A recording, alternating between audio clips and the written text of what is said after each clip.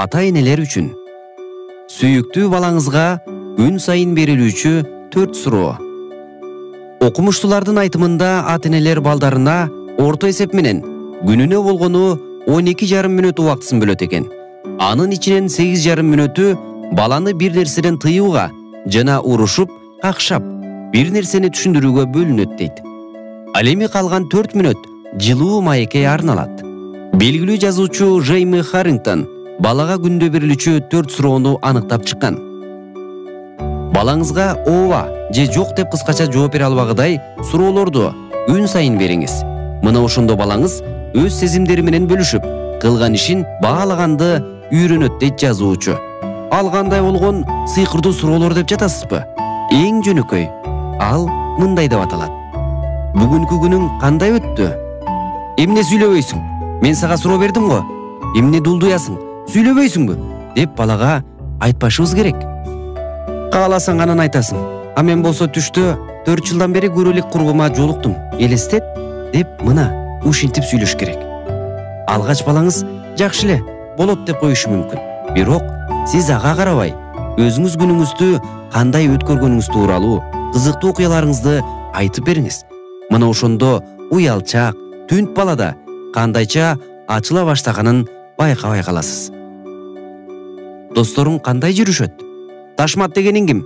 Мен аны көрүп билмейинче аны менен такыр ойнобо деп кайрылбашыбыз керек. Мага эң жакын досуң жөнүндө айтып берчи. Сага кылган нерселериңен эң жакшысы деп кайсын эсептейсиң деп айтып туруш керек. Сиз балаңыздын эң жакын досу жөнүндө сурайсызбы? Же баардык достору тууралуу билгиңиз келеби? Айырмасы жок. Болгону маегиңиз балаңызга ишеним тартуулап, такыр коркпой айтып бергидей болсун. Бүгүн кандай кызыктуу окуялар болду? Кантип эле бир күн ичинде бир дагы кызыктуу нерсе болбой койсун? Алдабай айтпайсыңбы? Деп сүйлөбөшүбүз керек. Кел, экөөбүз чогуу ойлонолу.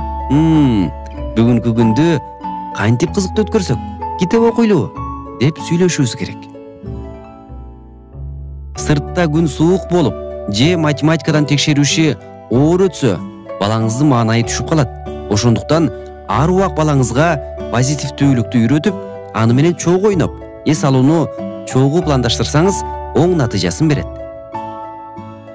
Менин жардамым керекпи? Кел мага, колуңдан келбегенден кийин деп айтпашыбыз керек. Өзүң кылгың келип жатабы? Эгер жардамың керек болсо, дароо айт деп сүйлөшүбүз керек. Баарыбыз билгендей, айрым учурда бирөөнөн жардам суроо оорчулук жаратат. Эгер балаңыз майда иштерде сизден жардам ала албаса, анда кыйын учурларда сиз менен кеңешип, жардам сурайт деп күтпөңүз. Андыктан бөлмөсүн жыйноодо, тапшырмаларын аткарууда ага жардам бериңиз. Балаңыз бир нерсе айтып жатканда, анын сөзүн бөлүп, же батыраак айтып бүтүш үчүн шаштырбаңыз. Сөзүн аягына чейин укпай туруп талкуулабаңыз. Айтканына кулак түрүп, сөздөрүнө маани бериңиз. Кучактаңыз, колунан жетелеңиз. Эгер маанайыңыз же убактыңыз жок болсо, ачык айтып, кийинчерээк көңүл бурарыңызды түшүндүрүңүз. Эң негизгиси, балаңыз үчүн сиз таянычы жана үлгүлүү адам экениңизди унутпаңыз.